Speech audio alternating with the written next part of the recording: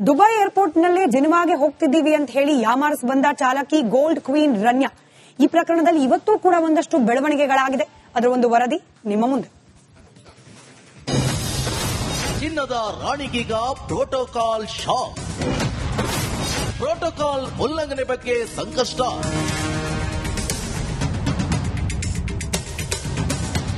Smuggling queen Ranya ರಾವ್ಗೆ ಎದುರಾದ ಸಂಕಷ್ಟಗಳು ಒಂದು ಎರಡು. ನಿತ್ಯ ಒಂದಲ್ಲ ಒಂದು ಹೊಸ ಪ್ರಾಬ್ಲಮ್ಗೆ ಸಿಕ್ಕಿ ಹಾಕಿಕೊಳ್ತಾನೆ ಇದ್ದಾಳೆ ರನ್ಯಾ ರಾವ್. ದುಬೈನಿಂದ ಚಿನ್ನ ಎಲ್ಲಿಂದ ತಂದಿದ್ದು ಅನ್ನೋದ್ರಿಂದ ಹಿಡಿದು ಬೆಂಗಳೂರಿಗೆ ಬಂದಾದ್ಮೇಲೆ ಇದು ಎಲ್ಲಿಗೆ ಹೇಗ್ ಹೋಗುತ್ತೆ ಅನ್ನೋ ತನಕವೂ ಎಲ್ಲ ಆಂಗಲ್ ನಲ್ಲಿ ತನಿಖೆ ತೀವ್ರಗೊಳಿಸಿದ ಡಿಆರ್ಐ ಟೀಮ್. ಹಾಗೆ ಚಿನ್ನದ ಸ್ಮಗ್ಲಿಂಗ್ ನಲ್ಲಿ ರನ್ಯಾ ರೋಲ್ ಏನು ಅನ್ನೋ ಬಗ್ಗೆಯೂ ಕೂಡ ದುರ್ಬಿನ್ನು ಹಿಡಿದು ಕೂತಿದೆ ಅಧಿಕಾರಿಗಳ ತಂಡ.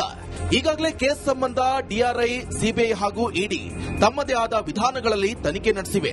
ಏರ್ಪೋರ್ಟ್ ನಲ್ಲಿ ಚಿನ್ನ ತಂದಿದ್ದು ಹೇಗೆ, ಚಿನ್ನ ಕಳ್ಳ ಸಾಗಾಣಿಕೆ ಆಗಿದ್ದು ಹೇಗೆ ಅನ್ನೋ ಲೆಕ್ಕದಲ್ಲಿ ಡಿಆರ್ಐ ತನಿಖೆ ನಡೆದಿದೆ. ಹಾಗೆ ಇಲ್ಲಿ ಇನ್ನಷ್ಟು ಆಳಕ್ಕಿಳಿದ ಸಿಬಿಐ ರನ್ಯಾ ರಾವ್ ಸಂಪರ್ಕ ಸೇತುವೆಯನ್ನ ಭೇದಿಸೋ ಕೆಲಸ ಮಾಡಿದೆ. ಹಾಗೆ ಹಣಕಾಸು ವರ್ಗಾವಣೆ ವಹಿವಾಟು ಬಗ್ಗೆ ಜಾರಿ ನಿರ್ದೇಶನಾಲಯ ತಲೆಕೆಡಿಸಿಕೊಂಡಿದೆ. ಹೀಗೆ ಎಲ್ಲ ಕಡೆಗಳಿಂದ ರನ್ಯಾ ರಾವ್ ಪಾತ್ರ ಬಯಲಿಗೆಳೆಯುವ ನಿಟ್ಟಿನಲ್ಲಿ ನಡೆದಿದೆ ತನಿಖೆ. Protocol problem. ಇನ್ನು ಬೆಂಗಳೂರು ಅಂತಾರಾಷ್ಟ್ರೀಯ ವಿಮಾನ ನಿಲ್ದಾಣದಲ್ಲಿ ರನ್ಯಾ ರಾವ್ಗೆ ಸಿಕ್ಕಿತಲ್ಲ ಪ್ರೋಟೋಕಾಲ್ ಸೌಲಭ್ಯ. ಈ ಬಗ್ಗೆ ಈಗ ಬೂದುಗಾಜಿಟ್ಟಿದೆ ಡಿಆರ್ಐ.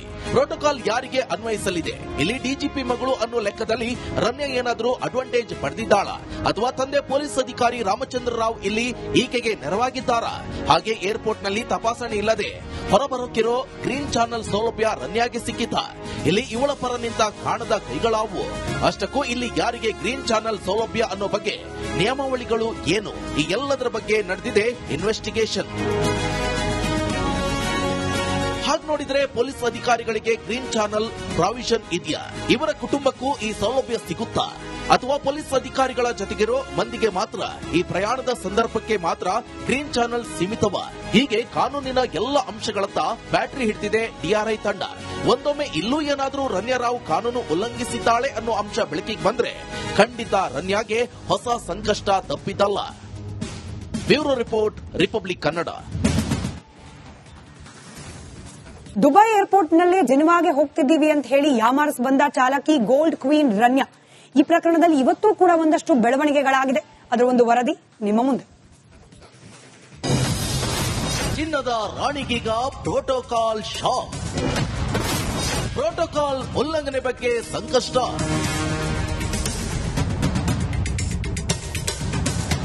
ಸ್ಮಗ್ಲಿಂಗ್ ಕ್ವೀನ್ ರನ್ಯಾ ರಾವ್ಗೆ ಎದುರಾದ ಸಂಕಷ್ಟಗಳು ಒಂದು ಎರಡು.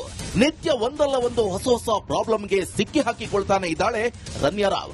ದುಬೈನಿಂದ ಚಿನ್ನ ಎಲ್ಲಿಂದ ತಂದಿದ್ದು ಅನ್ನೋದ್ರಿಂದ ಹಿಡಿದು ಬೆಂಗಳೂರಿಗೆ ಬಂದಾದ್ಮೇಲೆ ಇದು ಎಲ್ಲಿಗೆ ಹೇಗ್ ಹೋಗುತ್ತೆ ಅನ್ನೋ ತನಕವೂ ಎಲ್ಲ ಆಂಗಲ್ ನಲ್ಲಿ ತನಿಖೆ ತೀವ್ರಗೊಳಿಸಿದ ಡಿಆರ್ಐ ಟೀಮ್. ಹಾಗೆ ಚಿನ್ನದ ಸ್ಮಗ್ಲಿಂಗ್ ನಲ್ಲಿ ರನ್ಯಾ ರೋಲ್ ಏನು ಅನ್ನೋ ಬಗ್ಗೆಯೂ ಕೂಡ ದುರ್ಬಿನ್ನು ಹಿಡಿದು ಕೂತಿದೆ ಅಧಿಕಾರಿಗಳ ತಂಡ.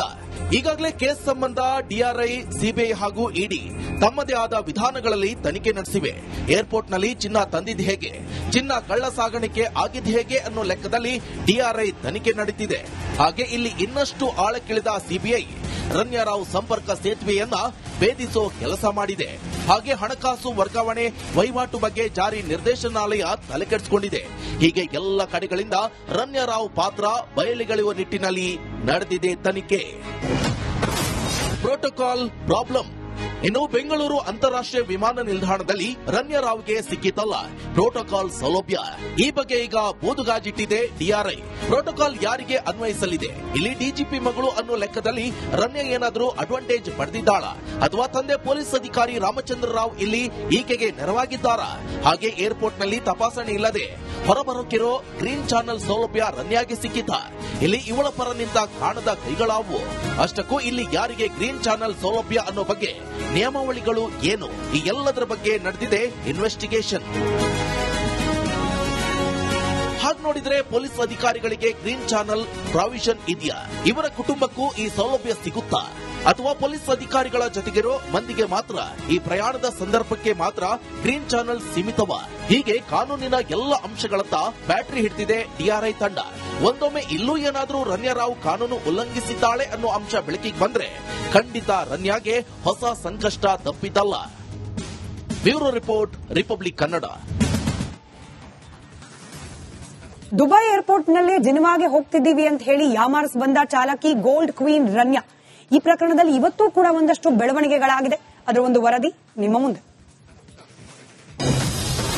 ಚಿನ್ನದ ರಾಣಿಗೀಗ protocol shock.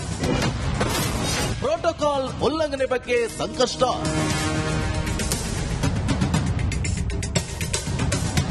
Smuggling queen Ranya ರಾವ್ಗೆ ಎದುರಾದ ಸಂಕಷ್ಟಗಳು 1-2.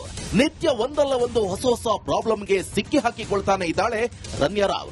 ದುಬೈನಿಂದ ಚಿನ್ನ ಎಲ್ಲಿಂದ ತಂದಿದ್ದು ಅನ್ನೋದ್ರಿಂದ ಹಿಡಿದು ಬೆಂಗಳೂರಿಗೆ ಬಂದಾದ್ಮೇಲೆ ಇದು ಎಲ್ಲಿಗೆ ಹೇಗ್ ಹೋಗುತ್ತೆ ಅನ್ನೋ ತನಕವೂ ಎಲ್ಲ ಆಂಗಲ್ ನಲ್ಲಿ ತನಿಖೆ ತೀವ್ರಗೊಳಿಸಿದ ಡಿಆರ್ಐ ಟೀಮ್. ಹಾಗೆ ಚಿನ್ನದ ಸ್ಮಗ್ಲಿಂಗ್ ನಲ್ಲಿ ರನ್ಯಾ ರೋಲ್ ಏನು ಅನ್ನೋ ಬಗ್ಗೆಯೂ ಕೂಡ ದುರ್ಬಿನ್ನು ಹಿಡಿದು ಕೂತಿದೆ ಅಧಿಕಾರಿಗಳ ತಂಡ. ಈಗಾಗಲೇ ಕೇಸ್ ಸಂಬಂಧ ಡಿಆರ್ಐ, ಸಿಬಿಐ ಹಾಗೂ ಇಡಿ ತಮ್ಮದೇ ಆದ ವಿಧಾನಗಳಲ್ಲಿ ತನಿಖೆ ನಡೆಸಿವೆ. ಏರ್ಪೋರ್ಟ್ ನಲ್ಲಿ ಚಿನ್ನ ತಂದಿದ್ದು ಹೇಗೆ, ಚಿನ್ನ ಕಳ್ಳ ಸಾಗಾಣಿಕೆ ಆಗಿದ್ದು ಹೇಗೆ ಅನ್ನೋ ಲೆಕ್ಕದಲ್ಲಿ ಡಿಆರ್ಐ ತನಿಖೆ ನಡೆದಿದೆ. ಹಾಗೆ ಇಲ್ಲಿ ಇನ್ನಷ್ಟು ಆಳಕ್ಕಿಳಿದ ಸಿಬಿಐ ರನ್ಯಾ ರಾವ್ ಸಂಪರ್ಕ ಸೇತುವೆಯನ್ನ ಭೇದಿಸೋ ಕೆಲಸ ಮಾಡಿದೆ. ಹಾಗೆ ಹಣಕಾಸು ವರ್ಗಾವಣೆ ವಹಿವಾಟು ಬಗ್ಗೆ ಜಾರಿ ನಿರ್ದೇಶನಾಲಯ ತಲೆಕೆಡಿಸಿಕೊಂಡಿದೆ. ಹೀಗೆ ಎಲ್ಲ ಕಡೆಗಳಿಂದ ರನ್ಯಾ ರಾವ್ ಪಾತ್ರ ಬಯಲಿಗೆಳೆಯುವ ನಿಟ್ಟಿನಲ್ಲಿ ನಡೆದಿದೆ ತನಿಖೆ. Protocol problem. ಇನ್ನು ಬೆಂಗಳೂರು ಅಂತಾರಾಷ್ಟ್ರೀಯ ವಿಮಾನ ನಿಲ್ದಾಣದಲ್ಲಿ ರನ್ಯಾ ರಾವ್ಗೆ ಸಿಕ್ಕಿತಲ್ಲ ಪ್ರೋಟೋಕಾಲ್ ಸೌಲಭ್ಯ. ಈ ಬಗ್ಗೆ ಈಗ ಬೂದುಗಾಜಿಟ್ಟಿದೆ ಡಿಆರ್ಐ. ಪ್ರೋಟೋಕಾಲ್ ಯಾರಿಗೆ ಅನ್ವಯಿಸಲಿದೆ? ಇಲ್ಲಿ ಡಿಜಿಪಿ ಮಗಳು ಅನ್ನೋ ಲೆಕ್ಕದಲ್ಲಿ ರನ್ಯಾ ಏನಾದರೂ ಅಡ್ವಾಂಟೇಜ್ ಪಡೆದಿದ್ದಾಳ ಅಥವಾ ತಂದೆ ಪೊಲೀಸ್ ಅಧಿಕಾರಿ ರಾಮಚಂದ್ರ ರಾವ್ ಇಲ್ಲಿ ಈಕೆಗೆ ನೆರವಾಗಿದ್ದಾರಾ? ಹಾಗೆ ಏರ್ಪೋರ್ಟ್ ನಲ್ಲಿ ತಪಾಸಣೆ ಇಲ್ಲದೆ ಹೊರಬರೋಕಿರೋ ಗ್ರೀನ್ ಚಾನೆಲ್ ಸೌಲಭ್ಯ ರನ್ಯಾಗೆ ಸಿಕ್ಕಿತ. ಇಲ್ಲಿ ಇವಳ ಪರ ನಿಂತ ಕಾಣದ ಕೈಗಳಾವು. ಅಷ್ಟಕ್ಕೂ ಇಲ್ಲಿ ಯಾರಿಗೆ ಗ್ರೀನ್ ಚಾನೆಲ್ ಸೌಲಭ್ಯ ಅನ್ನೋ ಬಗ್ಗೆ ನಿಯಮಾವಳಿಗಳು ಏನು, ಈ ಎಲ್ಲದರ ಬಗ್ಗೆ ನಡೆದಿದೆ ಇನ್ವೆಸ್ಟಿಗೇಷನ್. ಹಾಗೆ ನೋಡಿದ್ರೆ ಪೊಲೀಸ್ ಅಧಿಕಾರಿಗಳಿಗೆ ಗ್ರೀನ್ ಚಾನೆಲ್ ಪ್ರಾವಿಷನ್ ಇದೆಯಾ? ಇವರ ಕುಟುಂಬಕ್ಕೂ ಈ ಸೌಲಭ್ಯ ಸಿಗುತ್ತಾ? ಅಥವಾ ಪೊಲೀಸ್ ಅಧಿಕಾರಿಗಳ ಜೊತೆಗಿರೋ ಮಂದಿಗೆ ಮಾತ್ರ ಈ ಪ್ರಯಾಣದ ಸಂದರ್ಭಕ್ಕೆ ಮಾತ್ರ ಗ್ರೀನ್ ಚಾನೆಲ್ ಸೀಮಿತವ? ಹೀಗೆ ಕಾನೂನಿನ ಎಲ್ಲ ಅಂಶಗಳತ್ತ ಬ್ಯಾಟರಿ ಹಿಡಿದಿದೆ ಡಿಆರ್ಐ ತಂಡ. ಒಂದೊಮ್ಮೆ ಇಲ್ಲೂ ಏನಾದರೂ ರನ್ಯಾ ರಾವ್ ಕಾನೂನು ಉಲ್ಲಂಘಿಸಿದ್ದಾಳೆ ಅನ್ನೋ ಅಂಶ ಬೆಳಕಿಗೆ ಬಂದ್ರೆ ಖಂಡಿತ ರನ್ಯಾಗೆ ಹೊಸ ಸಂಕಷ್ಟ ತಪ್ಪಿದ್ದಲ್ಲ. Bureau report, Republic Kannada.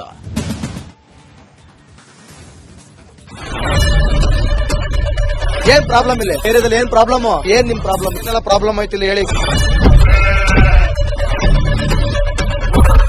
ಏನ್ರಿ ನಿಮ್ ಪ್ರಾಬ್ಲಮ್? ಏನ್ ನಿಮ್ ಪ್ರಾಬ್ಲಮ್ ಅಂತ ಹೇಳಿ. ಯಾರಪ್ಪ ನಗರಕ್ಕೆ? ಗಾಂಧಿನಗರ, ದಾಸರಹಳ್ಳಿ, ರಾಜರಾಜೇಶ್ವರಿ ನಗರ, ಚಾಮರಾಜಪೇಟೆ, ಹುಬ್ಬಳ್ಳಿ, ಚನ್ನಮರುತ್ತದ, ಮೈಸೂರಿಗೆ ಬಂದಿರೋದು.